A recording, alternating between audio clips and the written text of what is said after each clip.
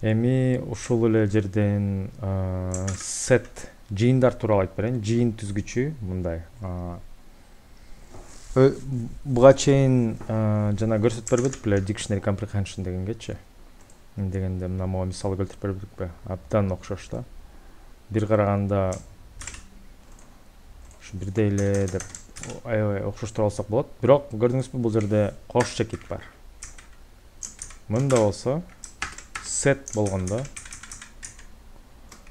кош чекит жок жазылып атат. Көрдүңүзбү, жөн эле кетти. Бунун эми типин сурап алсак болот. Кайсы типке таандыксың, кайсы түргө таандыксың деп мындай сурап койсок, бул set деп айтып берет. Setке таандыкмын дейт. Көрдүңүзбү, кош чекити жок.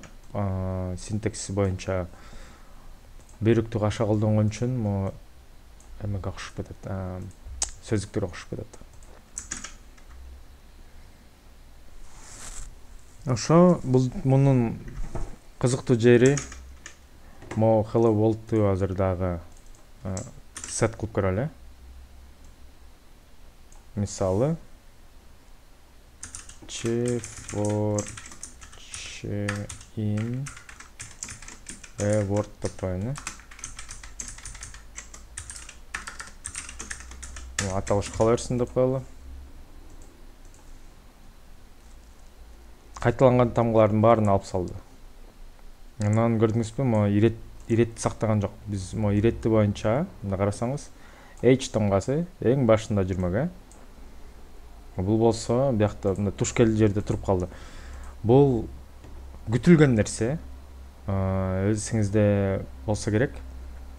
Сеттер, жыйындар тамгалардын иретин, ошо элементтердин иретин сактабайт. Туш келди иретте сактала берет. Ал эми могу тизмектер, могу кортеждер иреттерин сактайт.